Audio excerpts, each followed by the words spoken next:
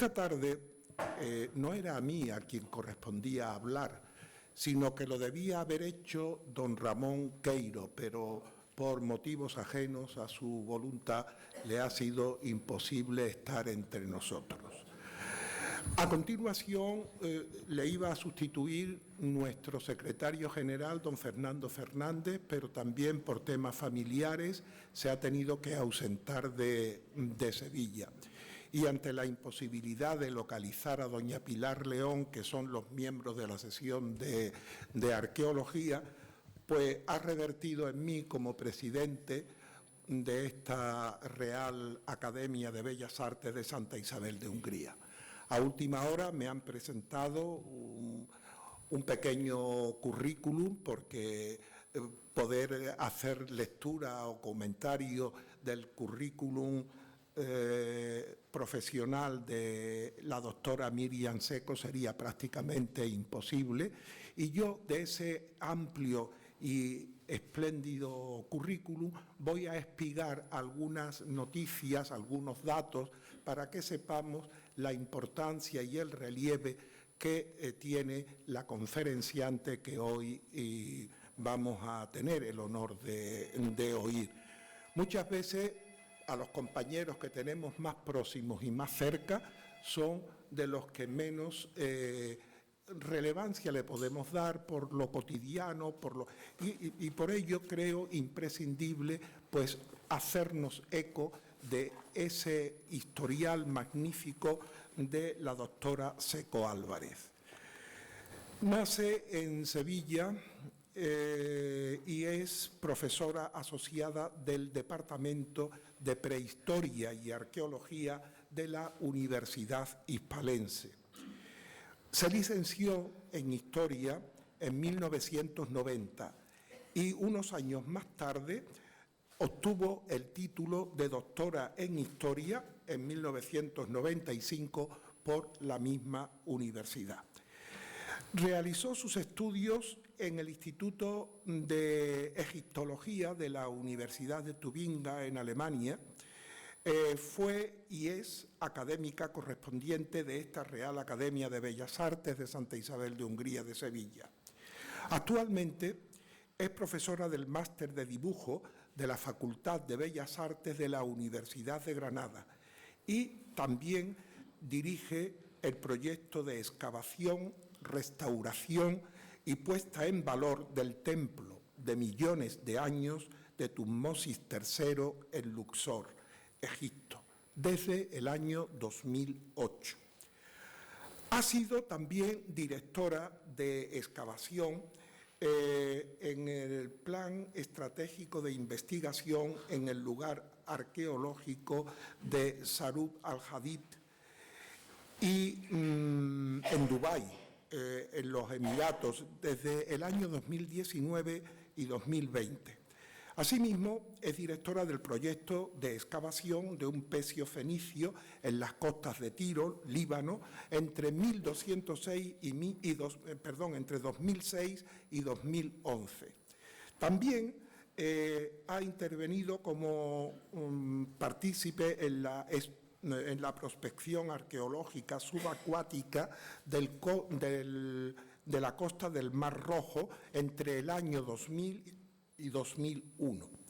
Asimismo, es una arqueóloga que ha trabajado con el Instituto Arqueológico Alemán en la necrópolis de Dansur, en las excavaciones del templo de millones de años de Amenofis III en Luxor. Ha trabajado también como arqueóloga subacuática en las excavaciones del Faro de Alejandría, con el Centro de Estudios Alejandrinos, y en Sadán Islam, Mar Rojo, en el Instituto de Arqueología Náutica.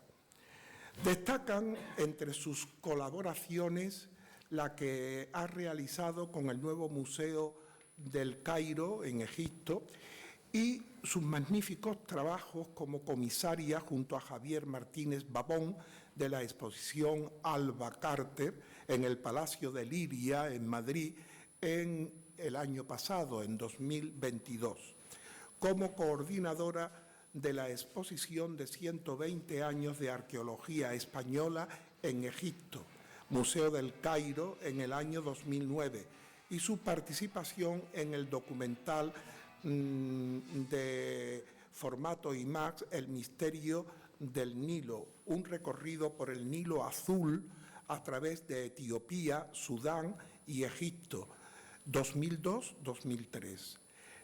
Por todo ello, ha ido recibiendo una gran cantidad de distinciones honoríficas y de premios, entre los cuales podríamos citar la concesión de la distinción conmemorativa en la primera edición de Marca España, 100 españoles 2014, así como el premio a uno de los 10 mejores descubrimientos en Egipto por la revista Luxor Times en el 2016. Ha sido miembro del jurado de los premios Princesa de Asturias de Ciencias Sociales entre 2018-2021. Ha obtenido el premio de ensayo Manuel Alvar de Estudios Humanísticos 2017 por la obra Tutankamón en España, Howard Carter, el Duque de Alba y las Conferencias de Madrid, escrita conjuntamente con Javier Martínez Babón.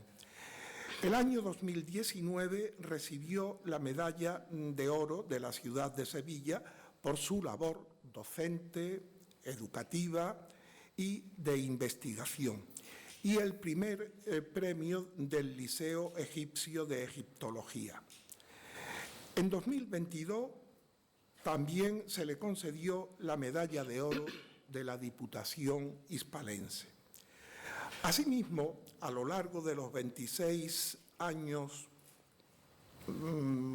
pasados recientemente, ha publicado numerosos artículos científicos en las principales plataformas de investigación y ha participado en un centenar de cursos, jornadas, seminarios y conferencias, tanto en España como en el extranjero. Y perdone, no voy a abusar más de vuestra amabilidad y de vuestra paciencia. Tan solo quiero subrayar, entrecomillar, como les decía al principio, que nuestra compañera es una reputada especialista en arqueología y especialmente en arqueología egipcia, como va a demostrar inmediatamente dentro de unos momentos, con una conferencia titulada 15 años trabajando en el yacimiento del templo de Tutmosis III en Luxor. Nada más, muchas gracias. Le damos la palabra a la doctora Miriam Seco. Para mí es un honor y un placer estar hoy aquí para hablar de la evolución de estos 15 años de trabajo en el templo de Tutmosis III. Este proyecto tiene mucha vinculación con la academia. Este proyecto nace aquí en la academia y a lo largo de estos 15 años no ha dejado de darnos buenos resultados. Entonces, para mí es un gran placer poder comunicar y poder haceros partícipes de todos estos descubrimientos que hemos ido haciendo. Vamos a hacer un viaje a Luxor. Como he comentado, el templo de millones de años de Tutmosis III es un proyecto que nace en el año 2008, está situado en la orilla occidental de Luxor y detrás tenemos el Kurna, la famosa montaña del Kurna, donde tenemos el Valle de los Reyes, tenemos el templo de la reina Hatshepsut, el Deir Bahari, tenemos todas las tumbas de los nobles detrás, es decir, es una zona privilegiada. En este lugar, en Luxor, que era la capital de Egipto en el Reino Nuevo, Tutmosis III, uno de los faraones importantes del Reino Nuevo, de la 18 dinastía, construyó su templo de millones de años. Es el templo que le iba a permitir a él tener eternidad, disfrutar de la eternidad. El templo, cuando tenemos una fotografía aérea del año 2004, a mí siempre me gusta enseñar una foto anterior, antes de empezar nosotros los trabajos, y una foto actual. Cuando en el año 2004 el templo estaba completamente cubierto de arena, había habido otros arqueólogos que habían trabajado a finales del siglo XIX, principios del siglo XX, pero el templo se vuelve a cubrir de arena. Y teníamos todavía las casas del Kurna, toda la montaña que hemos visto ahora limpia, toda esa montaña estaba llena de casas que el Ministerio de Antigüedades ha quitado para dejar libres todas estas tumbas. En la actualidad, este es el aspecto que tiene el templo. Entonces vamos a ver un templo, bueno, pues tenemos un muro perimetral de adobe, bastante monumental, porque estamos hablando de un muro de adobe de 5 metros de ancho, 12 metros de altura. Luego tendríamos una ampliación hacia el este. Lamentablemente tenemos una carretera que pasa por encima del primer patio del templo. Aquí en esta academia, en el año 2009, vino a darnos una charla el doctor Zahi Hawass, y precisamente él habló de quitar esa carretera. Finalmente la carretera sigue ahí, no se ha quitado, y probablemente debajo de la carretera tendríamos una rampa, porque estamos hablando de un templo en 3 niveles. Es decir, hay una diferencia de altura de casi 9 metros de lo que es la entrada al templo a la parte de arriba, la parte sagrada, digamos, del templo, donde tendríamos un pórtico muy similar al que tenemos en Hatshepsut, y detrás todo lo típico de los templos, las partes del templo, el peristilo, la sala hipóstila y un santuario al fondo con una capilla dedicada al dios Amón, al cual se dedicaban todos estos templos. ¿Qué es lo que tenemos nosotros? Tenemos miles y miles y miles de fragmentos de los relieves de las paredes del templo. Es decir, tenemos un gran puzzle para intentar reconstruir las paredes del templo. Estos templos tenían una vida muy limitada y normalmente cuando caían en el desuso se utilizaban como cantera. Es decir, todas las piedras se reutilizaban en otras construcciones posteriores. Por eso lo que encontramos es un templo completamente en ruinas. Pero de un templo en ruinas también podemos tener informaciones, porque tenemos acceso a unas informaciones de cómo se construyó el templo, cosa que en un templo construido tú no tienes acceso a esa información. Es decir, nosotros queremos aprovechar todas esas oportunidades que nos da el yacimiento. Poco a poco vamos a ir viendo. En la parte sur tenemos un templo, una capilla dedicada a la diosa Hathor, una rampa también, y el templo no es solamente un lugar religioso, en el templo hay vida, en el templo hay sacerdotes, hay gente que se ocupa del mantenimiento, y todos los sacerdotes pues vivían en esta zona, en una serie de casas de adobe. ¿Qué es lo que hemos encontrado aquí al exterior del muro perimetral sur? Un edificio totalmente inédito, un edificio que ningún otro arqueólogo anterior tuvo acceso. ¿Y por qué? Porque cuando los arqueólogos anteriores trabajaron en el templo, las terreras las echaron al exterior de los muros perimetrales. Por eso, si os habéis fijado en la foto antigua que he mostrado, hay una serie de terreras todo alrededor del templo.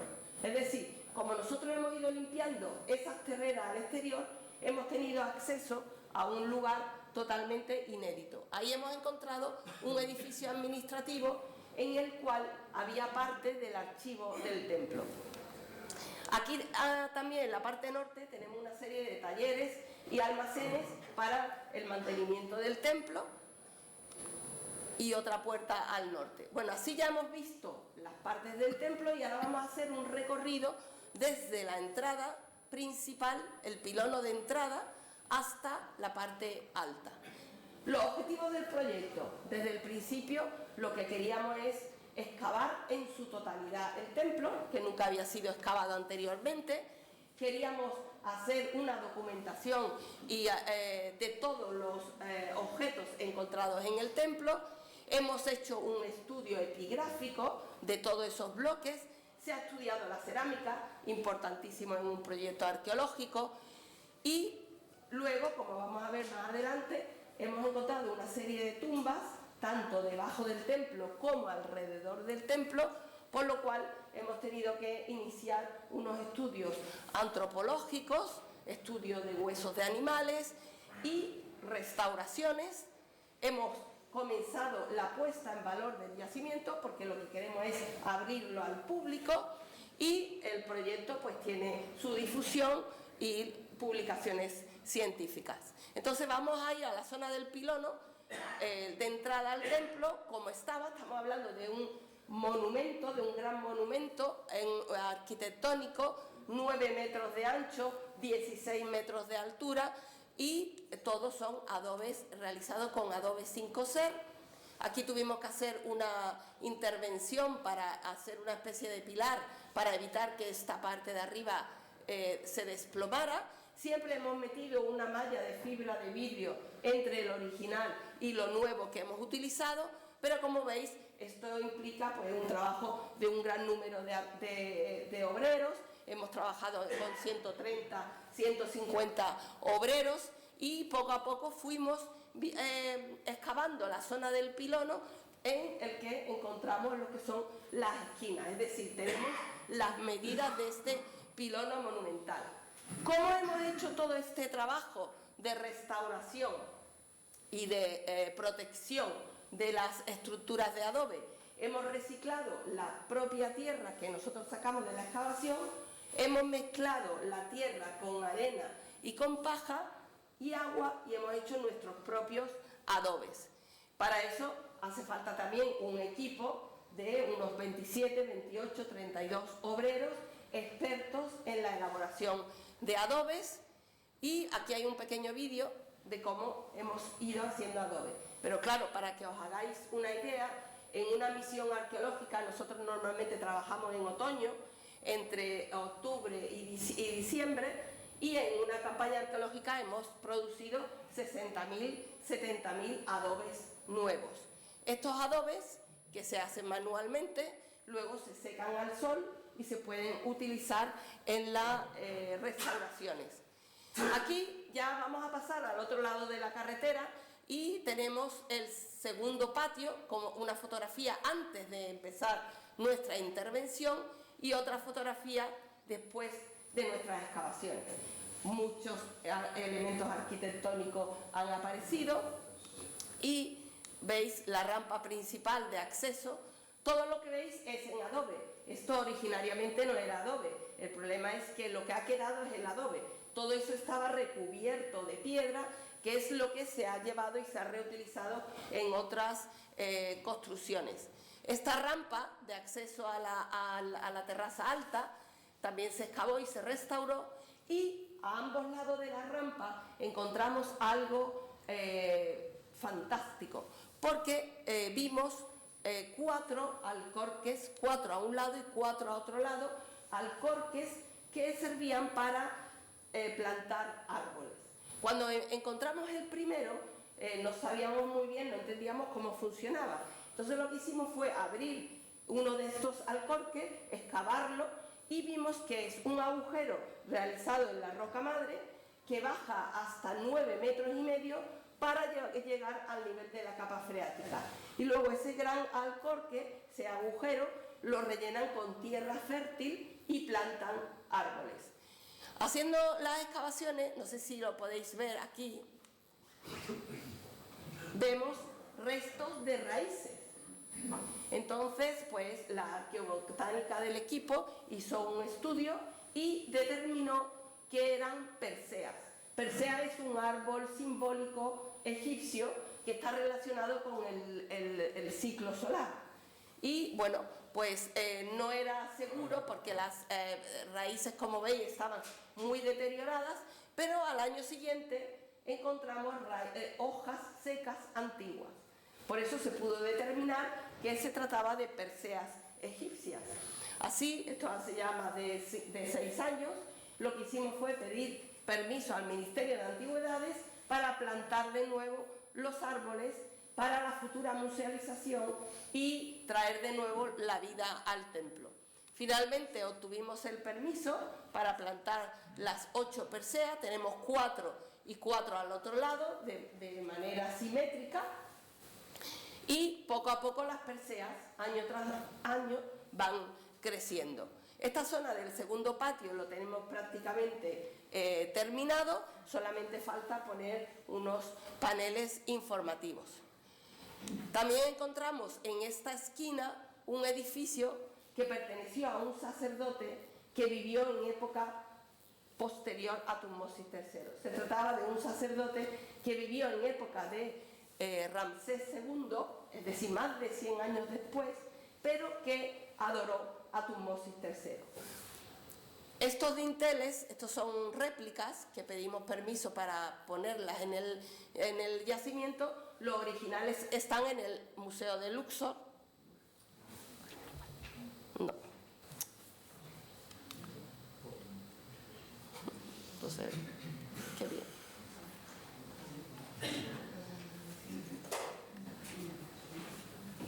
¿Lo desconecto y vuelvo a conectar? Sí, esta opción no hay.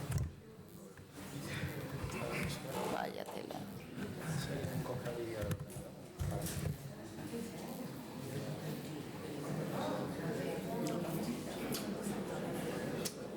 Vamos a tener que seguir. Vaya. Que siga siendo.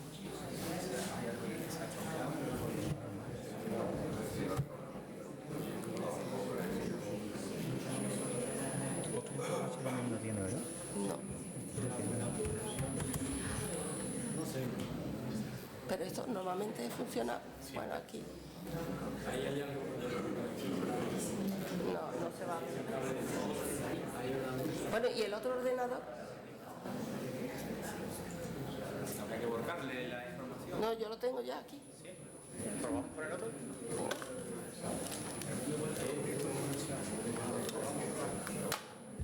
Yo lo tengo aquí, ya la información.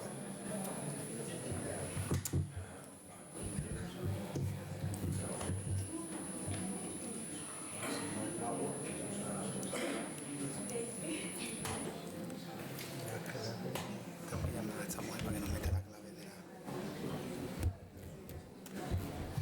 Que vale, que no. Puedes ir avanzando mientras yo te lo preparo. Es que claro, como yo voy con la fotografía.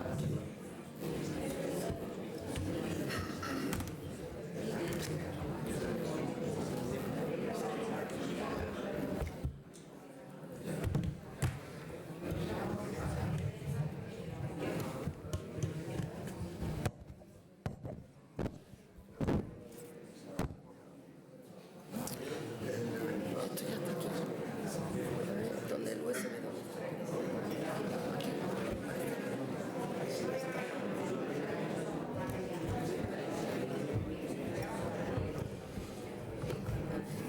Este ordenador, este formato que se lleva un poquito regular con los Mac, ¿sabes?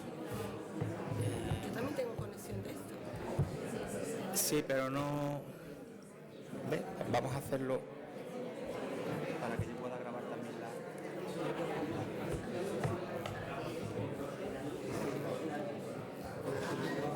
A ver, ¿y si conectas esa parte? Vamos a conectarlo. Yo creo que si esto funciona, deberíamos ya de salir de aquí. Esto también, yo tengo esta conexión. Sí, pero es incompatibilidad de Mac, ¿sabes? Yo creo que hay una incompatibilidad con el... También, yo seguiría con este, por si que está testeado. ¿Dónde está el USB? Esto que yo no entiendo.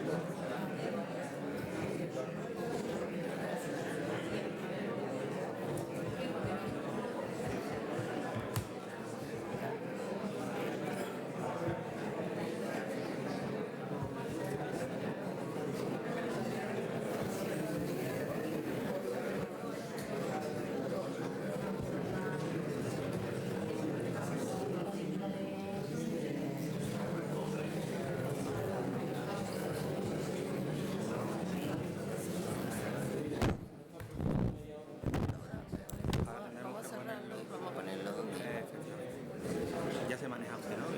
Bueno, pues esto no mucho, como bajo aquí.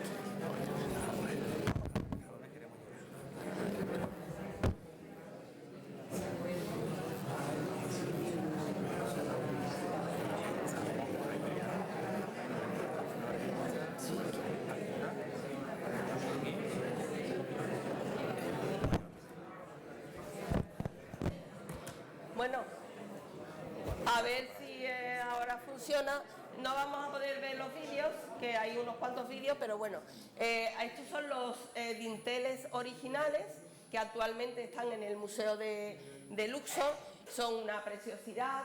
Vemos al sacerdote Ramésida en posición de adoración, adorando los dos cartuchos con los nombres de entronización y de nacimiento de Tutmosis III.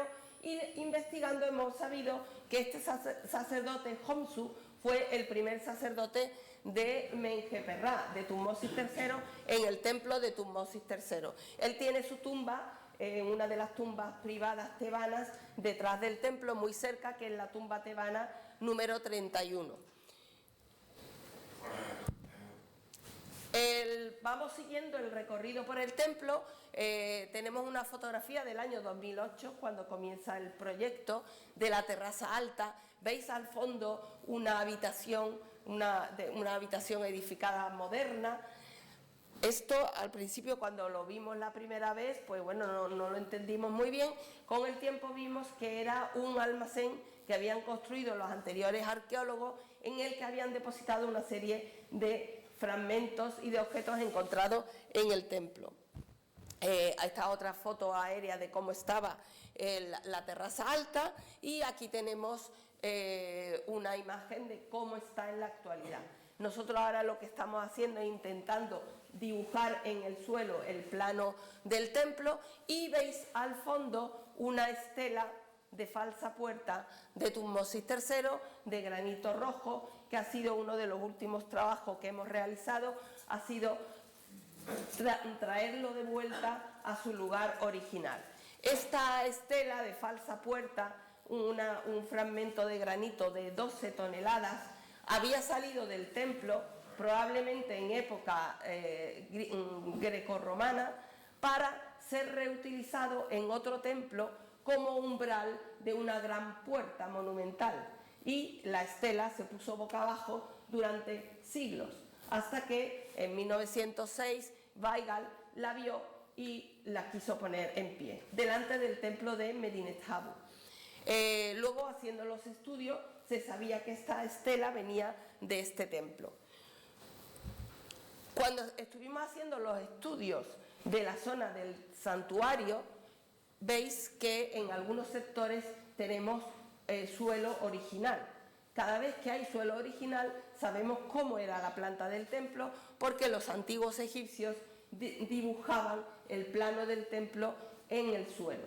Y tenemos pues el grosor de los muros, donde están las puertas, y encontramos algo muy curioso que no esperábamos obtener, y es que estaba marcado el eje de la estela de falsa puerta de Tutmosis III. Teniendo toda esta información, decidimos que queríamos pedir permiso al Ministerio de Antigüedades para traer de nuevo esa estela que estaba en el templo de Medinet Habu. Estos son los estudios que hicieron el arquitecto del proyecto, Renato Chávez, y como he dicho, a partir de las líneas dibujadas en el suelo podemos ver la disposición del santuario, y tenemos la capilla central dedicada al dios Amón, y en una de las capillas hacia el sur es la capilla dedicada al faraón, donde teníamos la estela de falsa puerta. Esta estela de falsa puerta, desde 1906, estaba colocada delante del gran pilono de época romana de Medinet Habu, y como veis, en una base de cemento estaba ahí expuesta. Cuando pedimos permiso al Ministerio de Antigüedades, bueno, la verdad es que pensábamos que no nos lo iban a dar por la gran monumentalidad de la pieza, pero finalmente nos dieron el permiso y se volvió a colocar en su lugar original.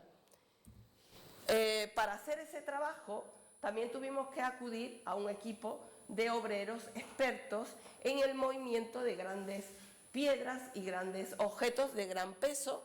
Y bueno, pues primero se tuvo que montar un andamio en el templo de Medina Estabu. Estamos hablando de unos 2 kilómetros de distancia entre un templo y otro, y manualmente mover ese fragmento de 12 toneladas. Aquí había un vídeo, pero no creo que se pueda ver. Así.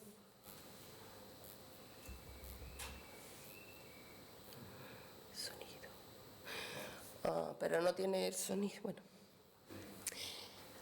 no tiene sonido. Aquí se ven unas imágenes de cómo se hace ese traslado, cómo hay que sacarlo del templo de Medina Estabu. Todo eso fue manual. Una vez fuera del templo ya lo montamos en un tractor para llevarlo de un templo a otro por la carretera, custodiado por la policía. Y una vez ya en el templo de Tutmosis III, de nuevo hacer manualmente todo ese traslado de la pieza. Como os podéis imaginar, eso es un trabajo muy estresante, porque es una gran responsabilidad si cualquier cosa va mal. Luego, pues ya una vez, a través del eje que teníamos de la pieza, pues la colocamos en el lugar exacto donde había estado colocada en el pasado. Esto se ha convertido en uno de los atractivos principales de este futuro museo al aire libre. Pero no todos son grandes fragmentos de piedra, como la estela de falsa puerta. También tenemos muchos otros fragmentos de menor tamaño, pero que también hay que trasladar, hay que mover. Por eso necesitamos una gran cantidad de obreros trabajando.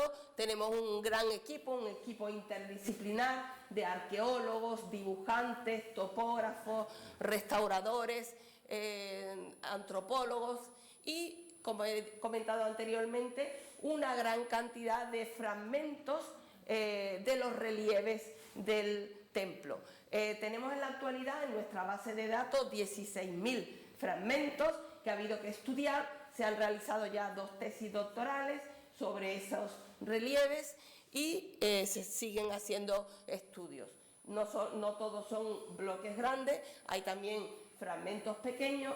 Tenemos en piedra caliza, en piedra arenisca y muchos de ellos pues con unos colores y unas representaciones excepcionales. Cada fragmento hay que dibujar, fotografiar y estudiar, y luego el epigrafista es el que intenta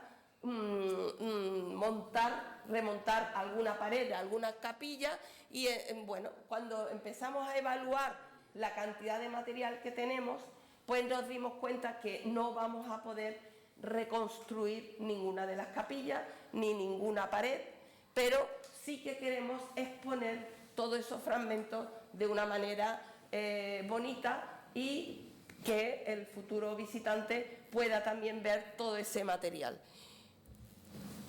Hemos elegido esta zona, toda esta zona de aquí del muro, es donde queremos depositar todos los fragmentos, en una elección de fragmentos para exponerlos como si fuera un museo al aire libre. Otro de los trabajos que estamos ahora en curso son los muros perimetrales. Como hemos dicho, todos los muros de adobe se han protegido, se ha creado esa capa de protección con adobes modernos, pero ahora lo que queremos hacer es un circuito para visitar el templo y ese circuito hacerlo por encima del muro perimetral. Hacer una especie de baranda alrededor para hacer ese recorrido.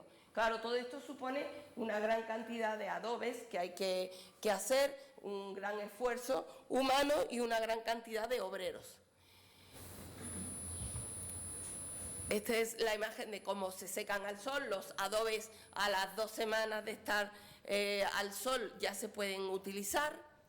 Y tenemos otro problema, que veis al exterior del muro perimetral oeste tenemos una tumba que en este caso es nuestra tumba número 29, pero esta tumba es anterior al templo. Es decir, el pasillo de acceso que se mete en la roca madre va por debajo del muro perimetral. Entonces, ahora para poder remontar el muro perimetral oeste tenemos que proteger ese pasillo de acceso a la tumba del Reino Medio. Estamos hablando de tumbas del año 1800 años antes de Cristo, es decir, son tumbas de 300 años anteriores a la construcción del templo.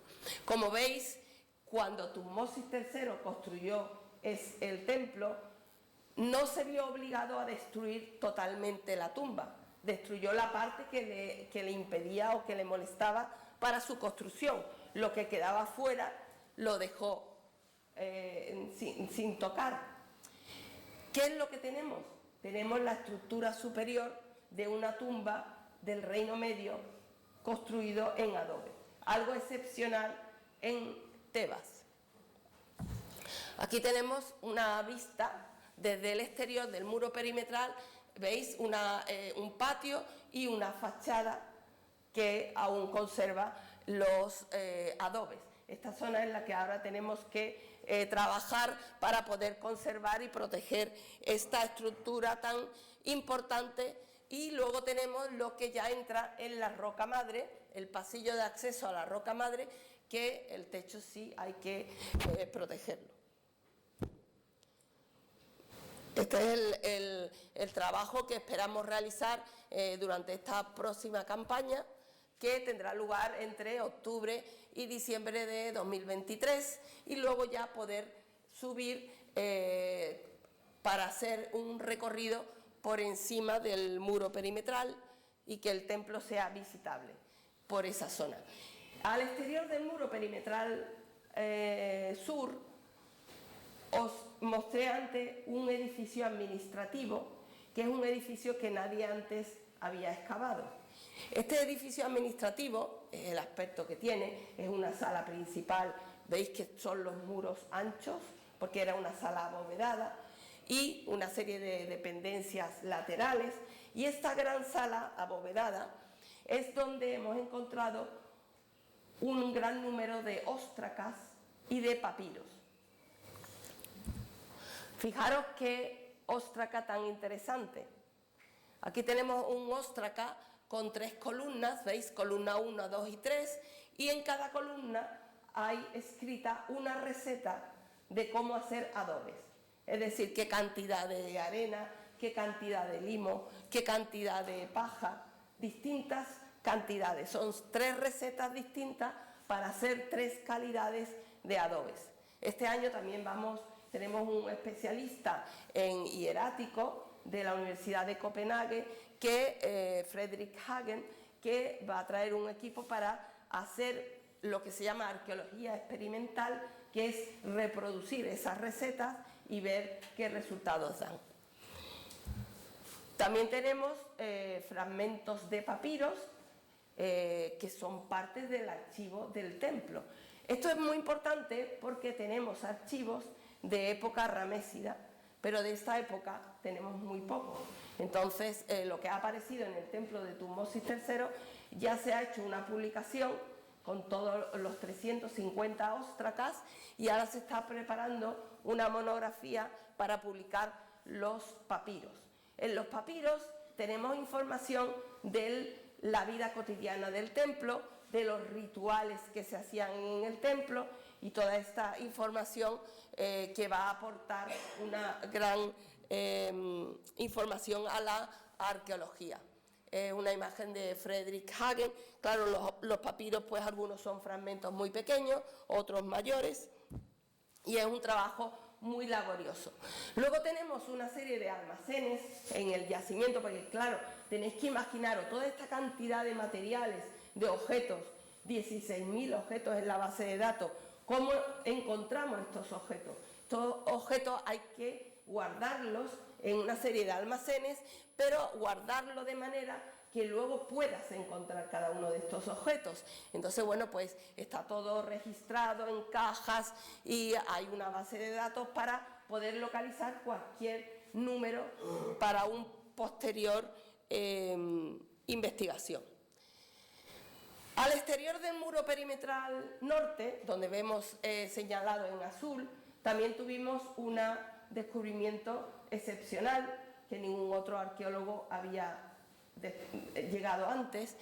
Cuando quitamos las terreras producidas por los anteriores arqueólogos, encontramos el basurero del templo.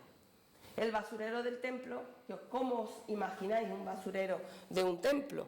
Pues el basurero del templo son miles y miles y miles de fragmentos de cerámica, recipientes cerámicos, que en este caso, bueno, estos son jarras, lo que se llaman jarras de cerveza, son recipientes cerámicos que normalmente tenían unos tapones de barro y en los tapones a veces ponían un sello de qué es lo que había dentro del recipiente. Es decir, tú ibas al templo, hacías una ofrenda, pues a veces de vino y ponías el sello del vino, a veces de miel, otras veces de cerveza, pero no solamente eso.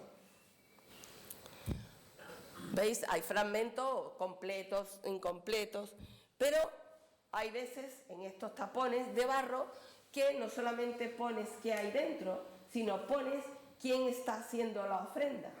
Y en este caso tenemos un tapón de barro de la reina Nefertiti, que fue a hacer una ofrenda al templo de Tutmosis III.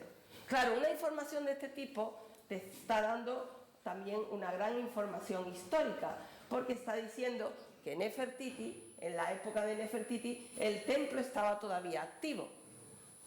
Todavía había una gran reina que fue a hacer una ofrenda al templo. Tenemos evidencia de que el templo estuvo activo solamente hasta época de Ramsés II. Después de Ramsés II ya no tenemos más evidencias.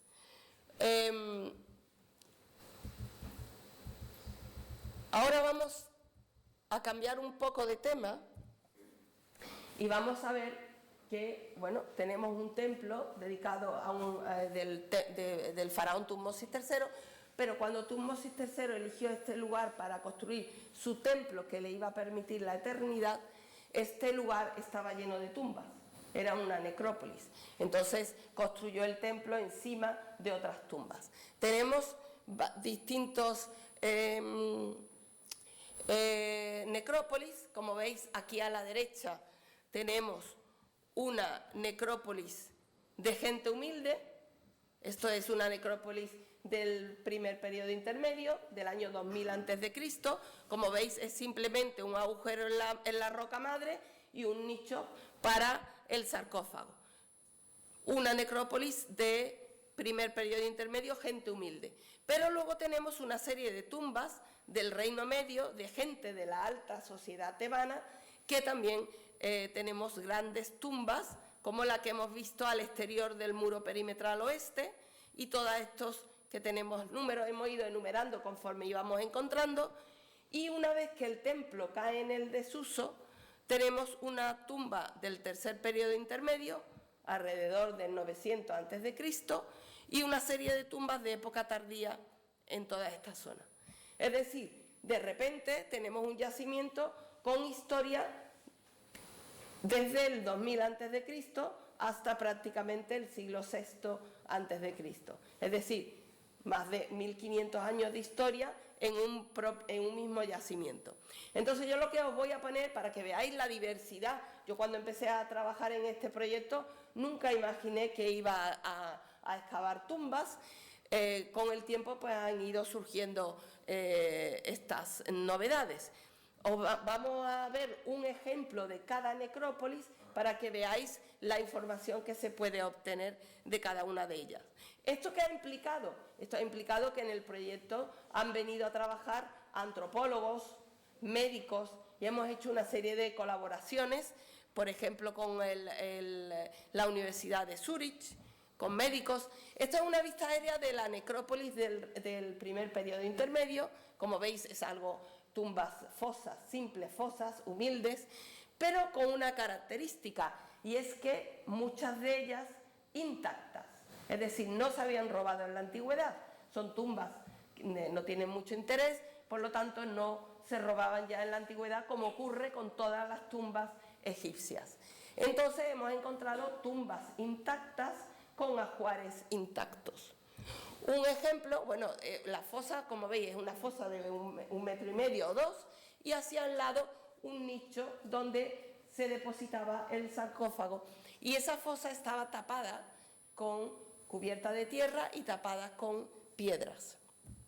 Esta fosa número 6, por ejemplo, la excavamos, estaba intacta, y veis lo que es el sarcófago totalmente desintegrado por la termita, pero en el interior vemos el cuerpo de una mujer, y una mujer que está pues en una posición diferente, está como cogiendo algo en la mano, y fijaros, esta mujer se había enterrado con su espejo, es un ajuar intacto.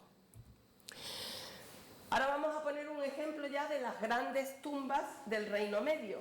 Hemos visto la que está al exterior del muro perimetral oeste, con toda la estructura superior, pero en el interior del templo estas tumbas han sido arrasadas y ya lo único que tenemos es el pozo funerario. Estos pozos normalmente bajan pues entre 7 a 8 metros de profundidad, y abajo tenemos 1 o 2 cámaras funerarias.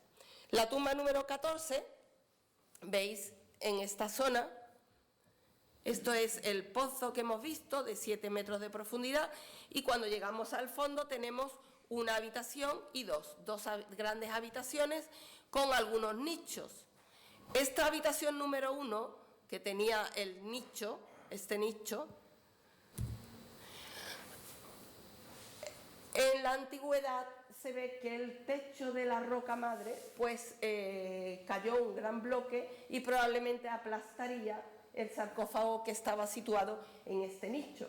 Cuando los ladrones entraron en la tumba para saquearla, iban rápido y no tuvieron tiempo de quitar ese gran bloque que había aplastado el sarcófago. Por lo tanto, robaron la tumba y se fueron rápidamente. Cuando nosotros entramos a excavar, vimos un gran bloque que lo quitamos, y cuando empezamos a excavar vino el antropólogo y empezó a excavar. Y fijaros, esta dama, la cual nunca sabremos su nombre, pues el sarcófago está totalmente desintegrado, se enterró con sus joyas. 2 pulseras de oro con el nudo de rizo, que es un nudo protector asociado a la mujer, y un colgante con forma de concha. Fijaros qué belleza de joyas. Estas se encuentran actualmente en el Museo de Luxor, están expuestas en el Museo de Luxor con el nudo de rizo, es decir, es un nudo protector, es una joya amuleto asociado a la mujer. Tenía 2 tobilleras de plata con el mismo nudo de rizo y tenía un colgante de oro con forma de concha, que lo tenéis aquí.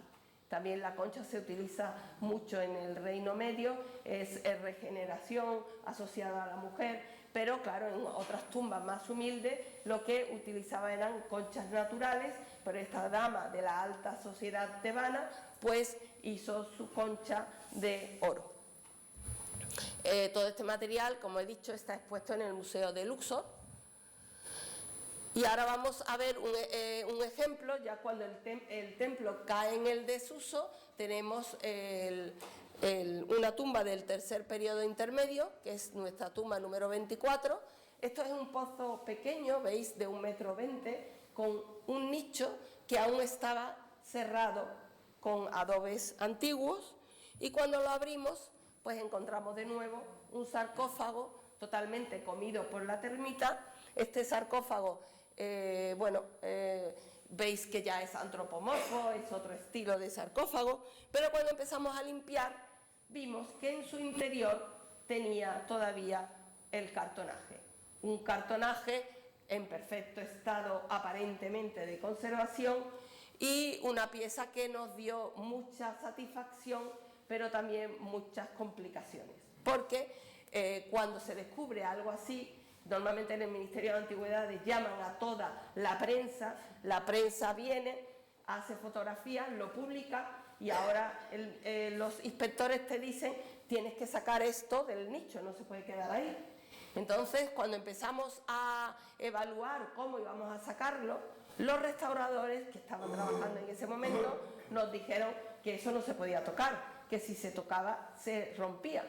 Claro, con la presión de los inspectores para que lo sacara y los restauradores diciéndome eso no se puede tocar, tuvimos una semana de un gran estrés.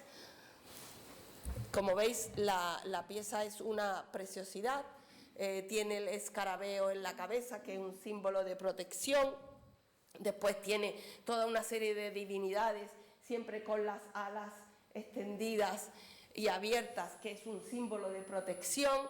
El disco solar amarillo y el disco solar rojo, el amanecer y el atardecer, es decir, todo es simbólico. Y en este cartonaje pues tienes toda la simbología y todos los dioses que te van a ayudar en ese paso en el más allá.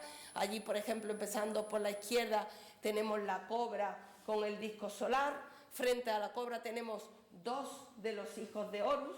Sabéis que Horus tenía 4 hijos, que son los 4 hijos que protegen los 4 vasos canopos. Es decir, tenemos 2 hijos a un lado y los otros 2 al otro lado del registro. El siguiente registro tenemos a 2 divinidades, Isis y Neftis, con las alas desplegadas en símbolo de protección, con el disco solar, con el Mat, la pluma de Mat. El siguiente registro, otra divinidad con cabeza de halcón, con las alas desplegadas y también en forma de protección. Y luego a los pies es el dios más importante de todo el cartonaje, y esto no es el dios Anubis, que podría parecer. Se trata de Upuaut, y Upuaut es otro dios que es el que te abre las puertas del más allá. Cuando se hace un descubrimiento de estas características, pues tenemos una gran difusión en el propio yacimiento. Cuando se está restaurando este cartonaje, estuvo 2 años en restauración. Actualmente está expuesto en el Museo de Sharm el-Sheikh, en el Sinaí. Y durante las visitas, porque cuando estamos de excavaciones hay muchas visitas que vienen a ver el yacimiento, pues se puede explicar todo in situ. Ya para terminar, vamos a poner un ejemplo de estos grupos de tumbas en esta otra esquina. Esto es un grupo de tumbas, pero ya de época tardía. Aquí también teníamos las terreras de antiguos excavadores que nos permitieron, una vez quitadas esas terreras, hay que tener en cuenta que hemos estado 12 años quitando terreras alrededor del muro perimetral. Ha sido un trabajo muy aburrido, porque excavar una terrera es aburridísimo. Tienes que hacerlo manualmente y no tiene ninguna información estratigráfica. Es decir, es un trabajo muy pesado, pero después ha tenido sus resultados. Cuando excavamos la terrera, empezamos ya a excavar el lugar, una zona virgen, y encontramos la estructura superior de una tumba. Claro, esto es una gran tumba que tiene una forma pues como un templo, con la entrada, un patio, una serie de habitaciones, una estructura superior hecha en adobe, y aquí vemos el pozo funerario. En esta zona de aquí tenemos un pozo cuadrado, que es el pozo funerario, que en este caso bajaría unos casi 5 metros, y cuando llegamos abajo nos encontramos 4 habitaciones repletas de momias. 125 fragmentos de momias, quemadas, rotas, partidas, con los brazos saqueados para sacar los amuletos del pecho, las pulseras de las manos. Es decir, un horror, 4 grandes habitaciones, y como veis, algunos pues con un estado de momificación de bastante calidad, y por eso hicimos un convenio con la Universidad de Zúrich. Este equipo pues cada año viene con un equipo portable de rayos X para poder radiografiar todas estas fragmentos de momia. También hemos hecho radiografía de los distintos individuos de las otras necrópolis y con el tiempo pues tenemos en la necrópolis del primer periodo intermedio tenemos 68 individuos, en las tumbas de época tardía 125 fragmentos de momia, es decir, estamos hablando de grandes cantidades que se han hecho ya publicaciones de distintas enfermedades. Por ejemplo, se ha publicado un caso de espina bífida, de hidrocefalia, es decir, que luego hay médicos haciendo también publicaciones de todos estos materiales. Y ahí veis la imagen del equipo portable de rayos X. En este caso se está radiografiando un gran recipiente cerámico que encontramos con el tapón de barro original. Evidentemente eso no se puede abrir y tuvimos que hacer unas radiografías.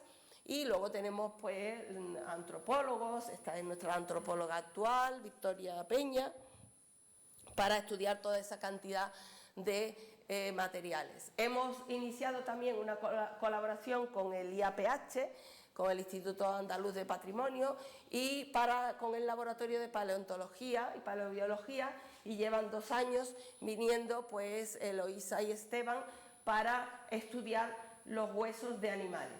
Nosotros al principio habíamos encontrado huesos de animales, pero lo íbamos apartando, pero con el tiempo nos encontramos que teníamos una gran cantidad de cajas de huesos de animales. Esto ha resultado ser una investigación interesantísima, porque por un lado tenemos huesos de animales que nos van a dar información que comían ellos, porque vienen del basurero del templo, pero también tenemos huesos de animales como ofrendas en las tumbas. Y fijaros, hemos encontrado normalmente como ofrendas en las tumbas, tú encuentras pues la cabeza del bovino, la pata delantera derecha y unas costillas. Es exactamente lo mismo que aparecen luego en las representaciones de las tumbas. Es decir, que lo que se representa en las tumbas es lo mismo que realmente se hacía la ofrenda en la tumba.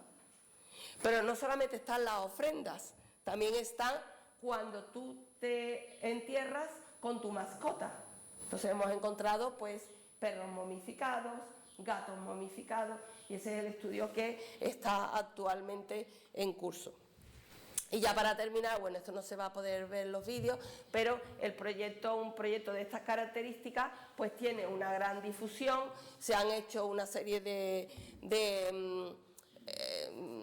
en Informe Semanal fue el primer vídeo, que fue en el año 2009, Univisión pues en el año 2012, que es una televisión mexicana, también hicieron un reportaje muy bonito del templo, y luego, mira, este sí se ve un poco.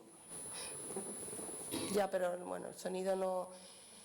Claro, en estos vídeos es muy bonito verlo porque, claro, ves cómo ha evolucionado el templo, de no haber nada, de ser un templo cubierto de arena, de repente ha surgido unas ruinas, ¿no? Entonces, bueno, pues ves esa evolución a través de los años. También ha sido muy importante la financiación del proyecto, porque un proyecto de estas características y de esta envergadura, sin una buena financiación, pues no se podría haber hecho nada. Y luego los últimos reportajes pues son los de Arqueomanía, que se hicieron el año pasado y el anterior, y un gran equipo, porque un gran proyecto siempre tiene detrás a un gran equipo interdisciplinar, que es el que consigue obtener toda la información de un proyecto de estas características. Muchas gracias.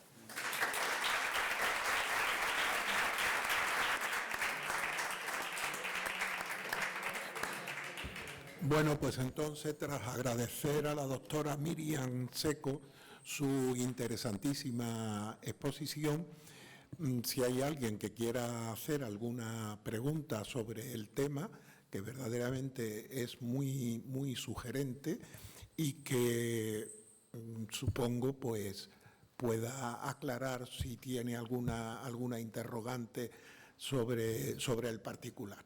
De todas formas, la exposición ha sido clarísima, brillantísima, y esperamos poder contar contigo en años sucesivos para que nos sigas comunicando todos los hallazgos que encuentras en tus exposiciones. Muchas gracias, señoras y señores. Se levanta la sesión.